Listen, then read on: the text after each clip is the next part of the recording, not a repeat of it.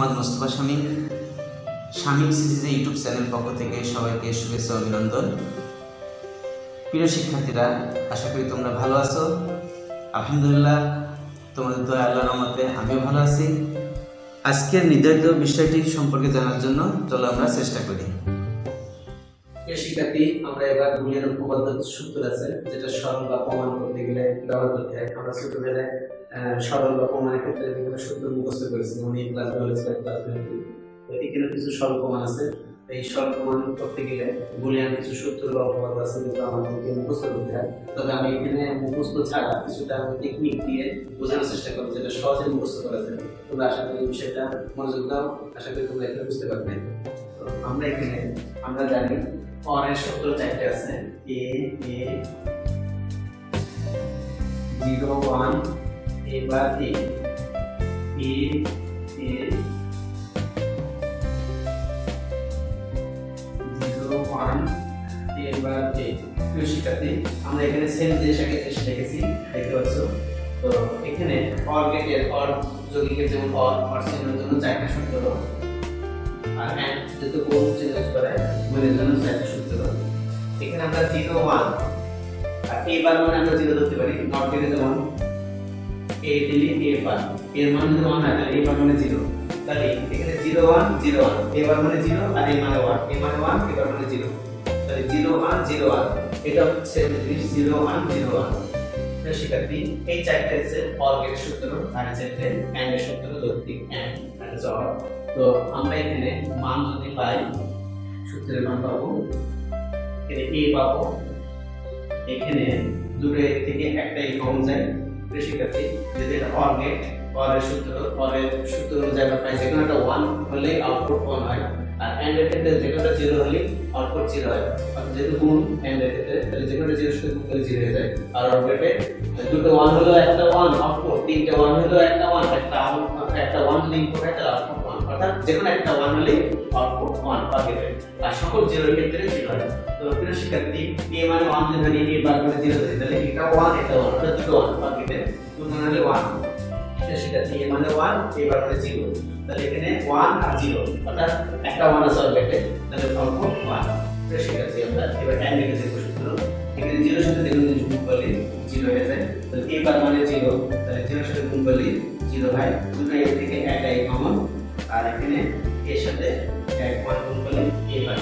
প্রিয় শিক্ষার্থী, আমরা এখানে সূত্র 2 3 4 5 6 7 8। প্রিয় শিক্ষার্থী, আমরা সূত্র দেখি 9 number, a double bar equal to a হয়।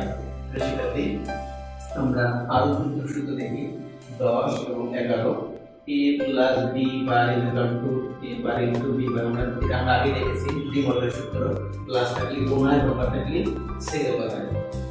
a into b bar equal to a bar plus b বার। সেটা এই হচ্ছে দ্বিমূলের সূত্র যেটা আমরা আগে শিখেছি।